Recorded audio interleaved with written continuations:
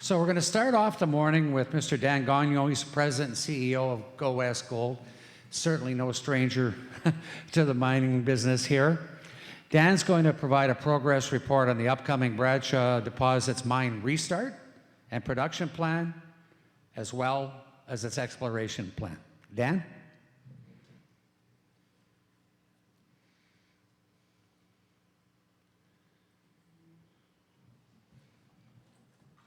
Welcome. Looking forward to it.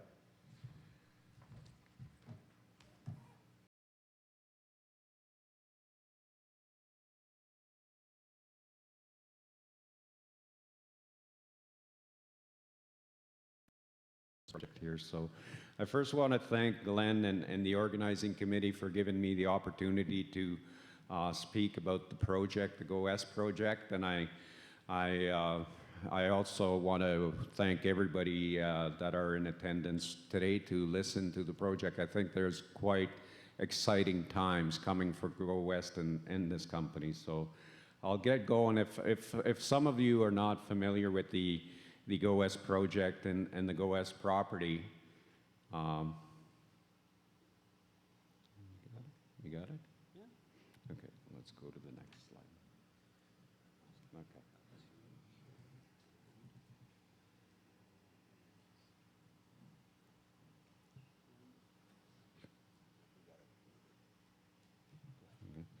All right, so the property is actually in Indigenous traditional territory. We do have the good relationship with the Waban Tribal Council and its communities and with TTN. And you can see here that it's roughly 42 kilometers north of the city, and it's a pretty small footprint. What you're seeing here is basically you come off 655 and you go about 15 kilometers and you get into our area where we basically have our trailers are dry, and then we have the portal in that outcrop in the middle, and then we have a couple of ponds where we treat the water coming from the mine, and we also have an ore sorter. So very small footprint, and I don't anticipate that it will grow much with time. The only growth that we're going to see happening is basically the restart of the mine and the development of the mine, which I'm excited to share with you what our plans are in that area. Just a bit of a company update, I guess. There's been a lot of things happening with this company in the last year or so. I guess the first one, it was the addition of myself and a new management team. I always hate to read that. New CEO brings over 30 years. It means that I have to admit that I'm getting older. Like Steve said, I've been in the mining industry quite a bit, and I've had the opportunity to come in and help different companies grow their business and fix some potential issues that may exist and build a future. And that's definitely what I'm trying to do here. So I've been quite busy since October reviewing the mine plan, reviewing the exploration plan, and make sure that the next time we start this mine, we have a plan that will make sure that the mine is sustainable and that we can survive this high-cost inflationary environment. So that's why I've been quite careful as to when we restart the mine, which is going to be quite soon. We've also been busy with the finance side to the business, so we've converted some debt into shares, so we cleaned up our balance sheet.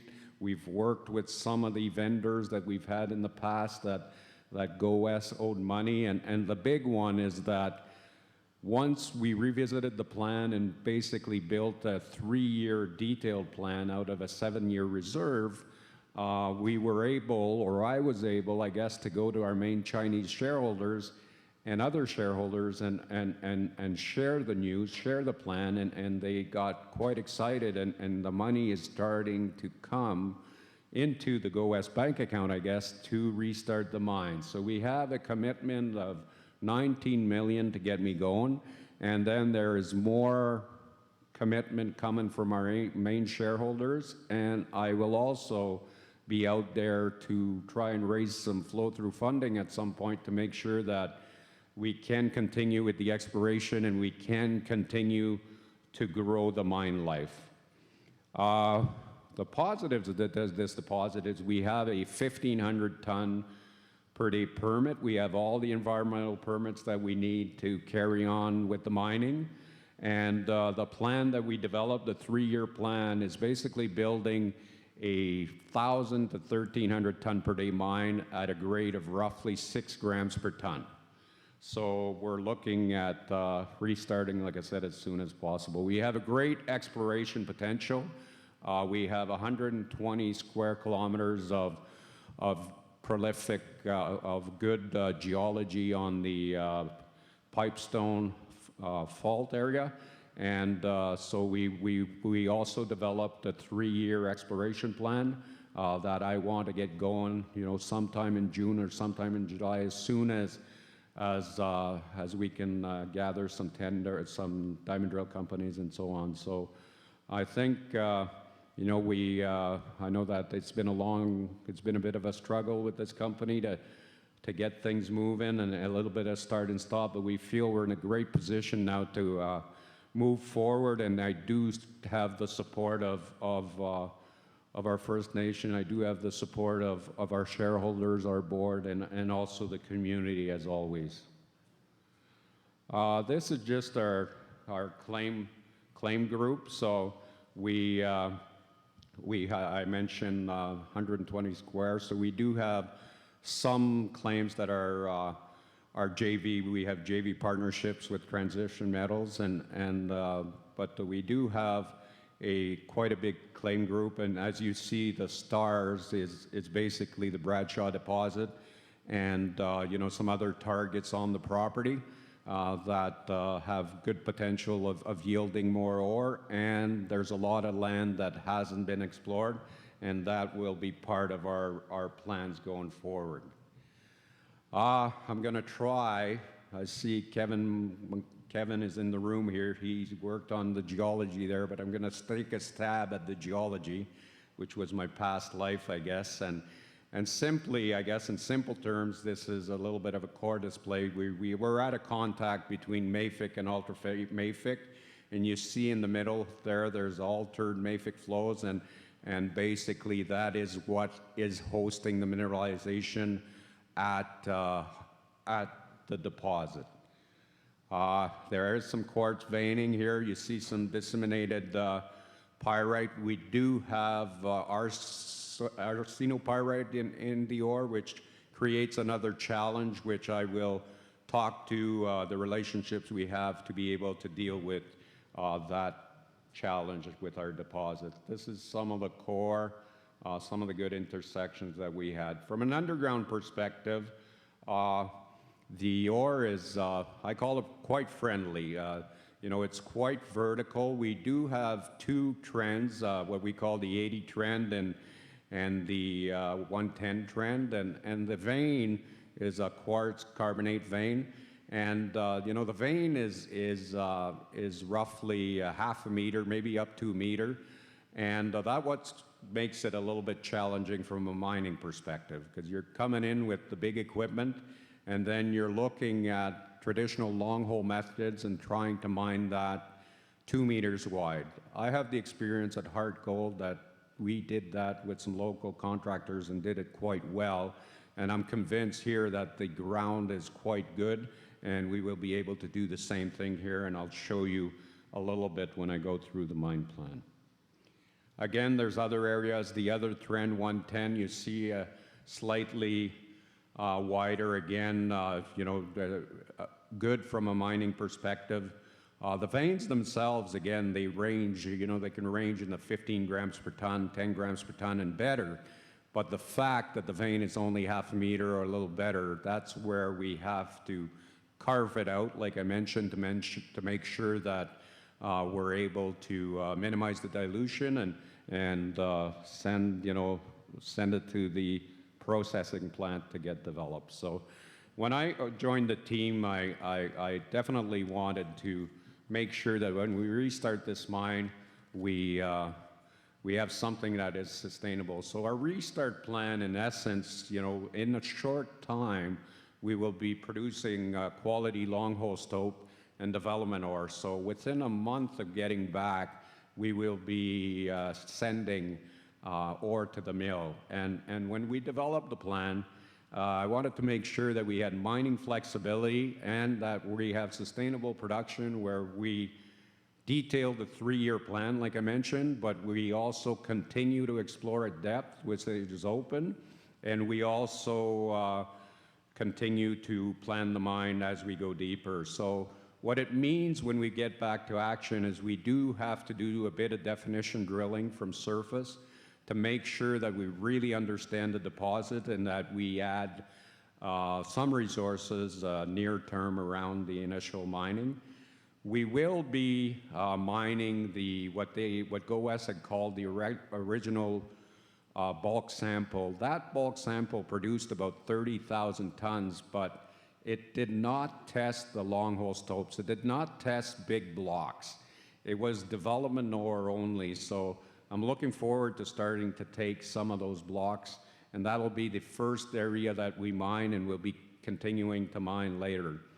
But from a sustainability point of view, what's going to be extremely important is to drive these long-term capital development ramps. We will have 2 ramps to be able to access 2 more ore lenses to get us to the point where we're producing 1,300 tons per day. This is the plan. Again, I'm more than willing to talk about it in much more detail with anybody that wants to listen to me, but basically right now you could see to the east, that's the original portal going down 3 levels, 30, 45, and 60. And the upper part of that is what is deemed the original bulk sample area. You can see that it continues down what's called the East Deep, and that we still need to do the drilling. But the exciting part is that we will have this ramp that goes to access the ore that we're calling the central and the west area. So the areas, the white areas, are not necessarily areas that don't have ore. They're just areas that we haven't had good diamond drilling at this point in time, so we will be doing that. So in the first 36 months, we're looking at mining roughly 970,000 tons of ore. Then, that was the plan that I sold to our investors, and then we started putting more detail, and this is just showing what we plan on doing in the first year. It's really getting the mining done in that bulk sample area to the left, and then starting to develop our ramps to that central zone, and then starting to get access to the west area. Also in tandem with that, we have a few vent raises, critical vent raises, Alimak type raises that will be driven to surface so that we can supply air, more air as we expand our mine. This is a 3-month plan, so we have a 3-month plan, we have the details, we actually have a weekly plan. We're basically ready to go and have discussions about those plans when the miners actually come in. I just put that in again because I think I called, when you're mining 2 meters wide in a long hole environment, I think it's pretty specialized, and you have to put a lot of controls. So you can see on the right that our drift will be about 3 meters wide, but what we're actually trying to carve out is the 2 meters wide, and that means we're going to probably drill about 1.1 meter in width, and then let it go to 2 meters. But from my experience, again at Heart Gold, it was done quite effectively. I won't talk too much about the milling, but I'll just want to share. There's a lot of questions. So we have an agreement with Northern Sun. They will be doing our toll milling at behind South Porcupine. We do have an agreement with them. And we also have an agreement with Yumon, which is in China, to take our concentrate with the arsenic and then actually get the gold out of it. So all of that has been arranged. And again, like I said, we are in a position where we are ready to go, including the financing. So that's the mining side. Then on exploration, like I mentioned, we also want to grow the resource. There's a lot of support from the board and the investors to grow the resource. So we have around 422,000 ounces in reserves, and you know, if you convert some of the inferred resources out there and do more drilling, we easily will meet the 1 million ounce, and then through exploration. So the blue is basically the main targets, which of course are around the main mine, and then there's other targets on the property. But there has not been that much exploration, and we're looking forward to doing that. So the plan that I presented to the board and so on, it's basically a 2 to 3 year plan to spend about $13.5 million to convert some of our inferred into indicated, into reserves, and then also add new ounces. So for that expenditure, we feel very comfortable that we can find or add about 1.3 million ounces to our resource, and as soon as we get the mine going, we'll be focused on that. If you look at this sketch here, what I'm showing is the limit you'll see on the left of the sketch, 2022 restart plan limit. So we're basically in the 3 year plan going to be mining about down to 350 meters, which is quite shallow.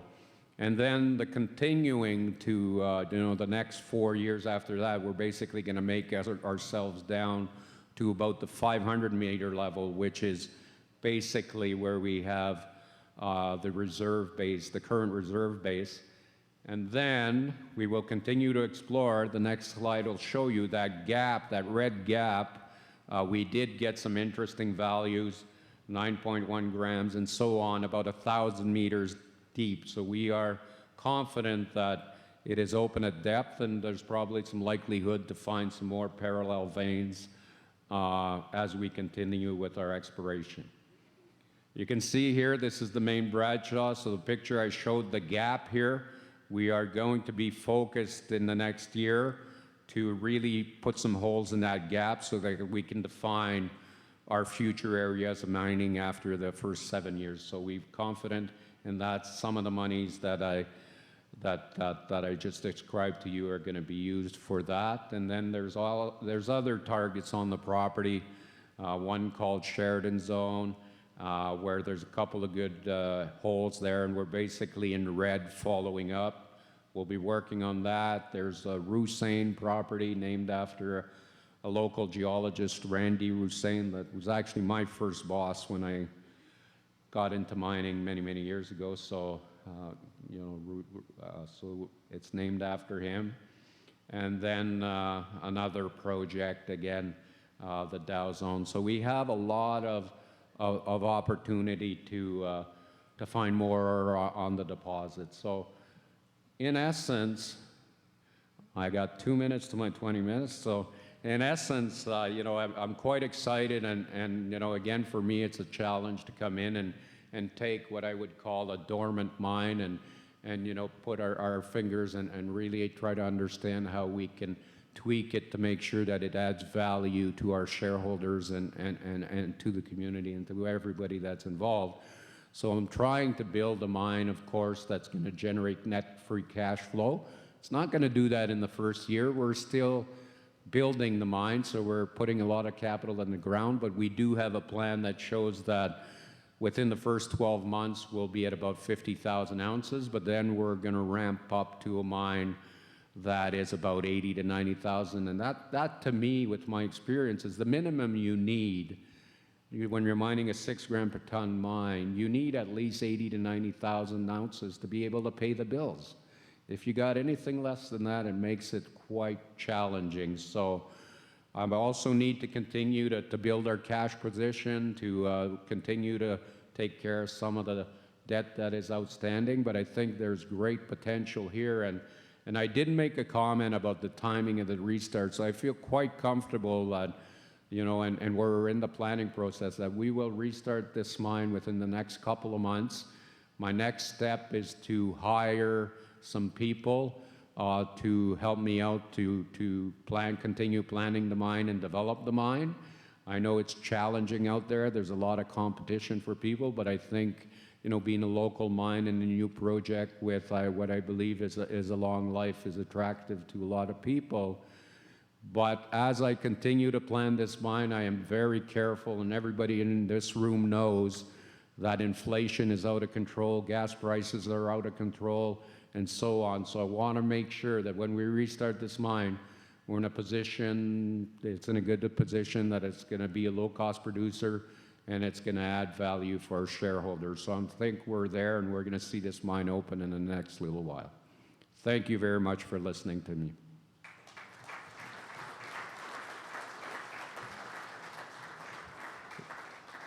Three seconds left. Any questions? If you have any questions, you can, oh, there we go. If you have any questions, I can answer now, or I'm at my booth, or I'm going to be listening to the other speakers here. So if you're too shy to come up to the microphone, please don't hesitate to come and see me during the show.